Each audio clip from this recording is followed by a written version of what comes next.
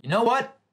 I think it's safe to say that getting to see Saiko running with a piece of ham might have been the best moment of this entire episode.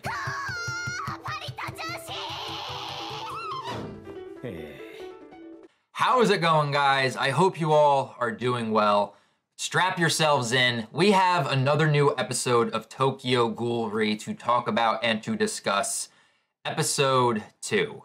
And with this episode, we just completed adapting Volume 1 of Tokyo Ghoul. And just to give you guys some reference, I am not at all excited right now for this anime adaptation. Episode 1 has literally drained me of all excitement and anticipation I have had for this anime adaptation. And I was not at all looking forward to episode 2. Even when I pressed play, I was like, great, I'm watching episode 2. And that sucks for me because I am such a big fan of Ishida's work, of his manga. I love the story, I love the characters, and the fact that we are now getting an adaptation, which should be amazing. Tokyo Ghoul is getting an anime adaptation, but it's not that good. Right now, what I am looking forward to most through my week to watch is My Hero Academia. I am so glad that is back during that time because when this series leaves me, very disappointed, I can always go to My Hero Academia and be happy and be like, that's how you properly do a manga to anime adaptation. But with all that being said, after watching this episode, I actually got some enjoyment out of this episode, and I actually liked it better than episode 1. But just because I enjoyed this episode more than episode 1 does not make episode 2 a good episode. It still has its fair share of problems, and I know I'm going to be beating a dead horse by repeating this, but it's still the pacing issues and also the jump cuts that kind of go from scene to scene. The pacing issues are going to be an issue this entire season. I already know that. But if we're going to have these jump cuts the entire time where a scene starts and then it ends, and then we just abruptly go to a new scene, I'm not really going to enjoy that all that much because then this episode is just going to feel like an amalgamation of just different scenes being clumped together and them going, yeah, that looks pretty good, ship it out, that's one of our episodes for the season. It just doesn't have any flow to it. There's no fluidity from scene to scene, and I kind of wish that it had that. So guys, with that being said, let's dive into talking about episode 2. I'm going to talk about the main structural points of this episode, what I liked and what I enjoyed, and maybe just touch upon a few things that maybe could have been added in from manga to anime. Because I don't really feel like bragging on and on about what possibly could have been adapted, because I could honestly sit here like the douchey manga reader most people tend to be, being like, oh, they should have adapted this, oh, they should have adapted that, why didn't they do this? But I don't feel like talking for 3+ hours. So let's dive in to talking about this episode. And the first main big positive I have for walking into every single episode is the opening, and then ending off the episode being the ending credits. These are amazing, the songs are great, the imagery is good. I just love the opening and ending to this series, and you can always rely on the music of Tokyo Ghoul to be amazing.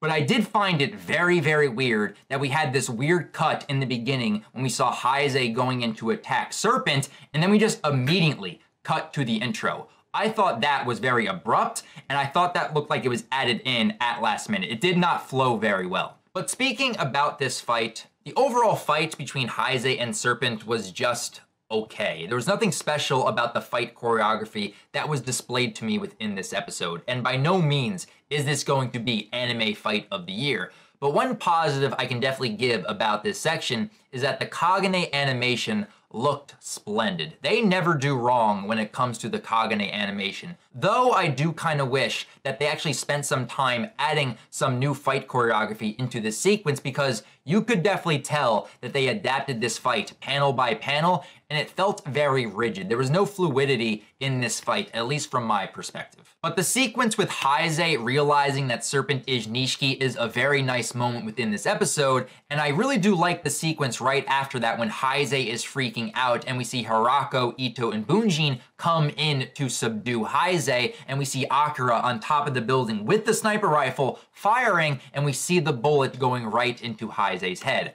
That was a very nice sequence to getting to see adapted into this anime. But as we move forward from that section, stuff starts to get very interesting, specifically with this next section, because we see Akira talking to Yoshitoki, and as she leaves his office, we get introduced to two characters, one of which I am very excited to see, Furuta. He did not give us his voice, but my God, when I saw him, I immediately perked up and was like, are we going to hear his voice right now? Furuta, what do you have to say to me right now? He didn't say a word, he kind of just bowed to Akira, but right now, that is the character I am looking forward to the most in this anime adaptation, and I cannot wait to hear his voice actor because I want to hear the voice coming out of that man. So we move away from Furuta and Kijima. In the next section we dive into, we see Urei getting immediately slapped by Haise and then demoted so that way he can promote Shirazu to squad leader, which I gotta admit, getting to see Urei slap, it gave me a chuckle because that slap by Haise was pretty pathetic.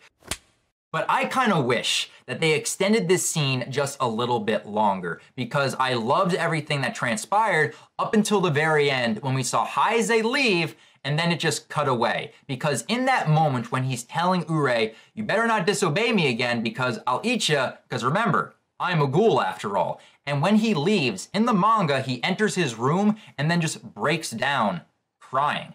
That would have added a little bit more depth to Heise's character, but it sucks to see that the anime only wants to go skin deep with Haise/Kaneki's character, because Kaneki's character in a nutshell is a walking ball of disaster. He is a psychological trauma of a character, and there's so much inner turmoil with this character, there's so much to explore. But we're not getting that in this adaptation, and that sucks for me because that is the #1 reason I love reading Tokyo Ghoul. I love getting to see the trauma and just the psychological warfare within Haise/Kaneki's mind.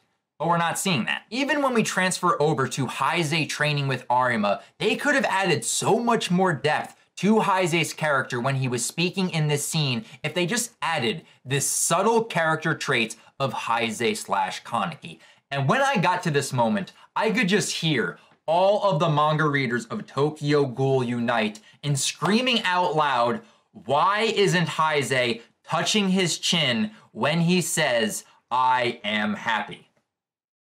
Studio forgot, or they just thought that that trait was not important to have for Kaneki/Heise's character, but FYI, it kind of is. But I have to give this section 2 positives because this is the most development within this section alone we have given Arima within the anime as a whole. Plus, I also like the fact that we had that pen going very close to Heise's eyes.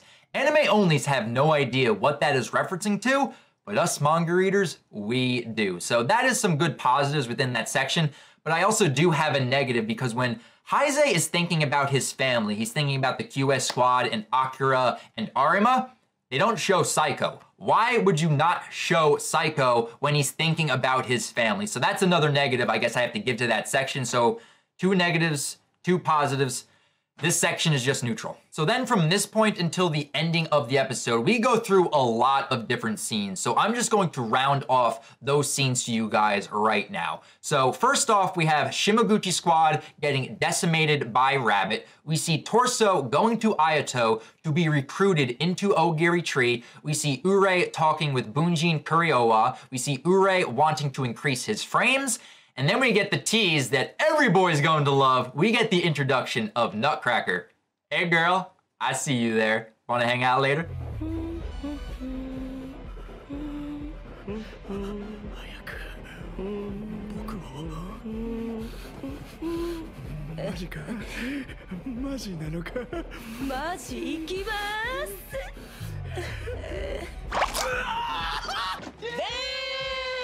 And then to round that all off, we see Shirazu wearing glasses, which is a very minor thing, but you gotta appreciate the minor things. And I'm actually really happy that they took that minor detail and actually adapted that within this episode.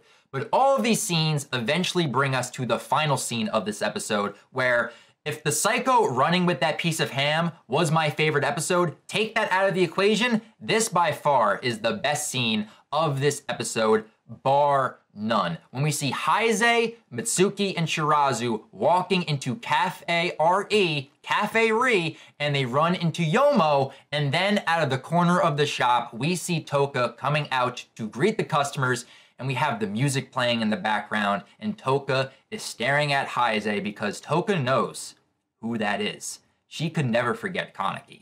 And Haise, even though his memories are gone, is staring back at Touka as if this is someone he knows from a past life, but cannot pinpoint where. This is by far one of my favorite moments within the manga as a whole, and I am really glad that I enjoyed it being adapted within this episode. Like, I am really glad that it was handled actually very, very well. And it all was enhanced by that background music playing and not really having them speak all too much, and if at all. Just having Haise's inner thoughts as he's just sitting there, getting the coffee from Touka, goes to drink it, and then just has that tear come down, and he just looks up at Touka's face as she is looking down at him with a smile, and he says this line of dialogue. She smiled, a troubled smile, also a little sad, and I thought, I never knew someone could be so beautiful. And we end the episode right there. I'm so glad that that was actually the ending to this episode, and I'm even more happy than ever that I actually enjoyed that adaptation of this particular scene. Thank you, Studio Period, for not butchering that, and I'm actually getting enjoyment from this scene. Thank you, thank you, thank you. But I feel I should also bring this up because I know many manga readers are going to talk about this particular section, and they are going to bring up the fact that Touka does not have blue hair in this adaptation. And I understand why they are upset because that's how her hair looks in the manga. But in all honesty, out of all of the things that don't get adapted or changed within this adaptation, the hair color doesn't really bother me. As long as I have the character of Touka, I am happy. Plus, when it comes to the manga, I've heard many different things as to why Touka's hair was a different color in the beginning of Ri. I've heard some people even state that Ishida made this decision because since she was living with Yomo and had to pass as like a younger sibling or relative, wink wink, you know, she needed lighter hair. So that's why her hair ended up changing. But I've also heard other accounts that Ishida just didn't really feel like inking in Touka's hair and basically just told the readers, just imagine her hair is black. So I've heard many different things. I don't know really the true reason as to why her hair changed in the beginning sections of Ri, but when it comes down to it, hair is just hair. I just rather have the character being adapted, and for this section and for the adaptation of this scene, I think they handled it very well. Anyway guys, that is my review on episode 2 of Tokyo Ghoul Ri. It was an okay episode. I think because my expectations are a lot lower now, I was able to get more enjoyment out of this anime adaptation. But now I definitely want to hear your guys' thoughts and opinions on this second episode. What were your positives? What were your negatives? Did you enjoy seeing Saiko in this episode? And what were your thoughts on the Touka and Haise scene? Leave your thoughts down in the comments below. And if you guys want to keep up to date on when I am watching the Tokyo Ghoul Ri anime and just want to talk in general about Tokyo Ghoul or anything else I cover on my channel, feel free to follow me on Twitter, guys. A link for that can be found in the description down below. But for right now, the wait begins for episode 3 and until the next chapter of Tokyo Ghoul Ri comes out. But until then, guys, until episode 3 of Tokyo Ghoul Ri or the next latest chapter of the manga, I'll see you guys next time.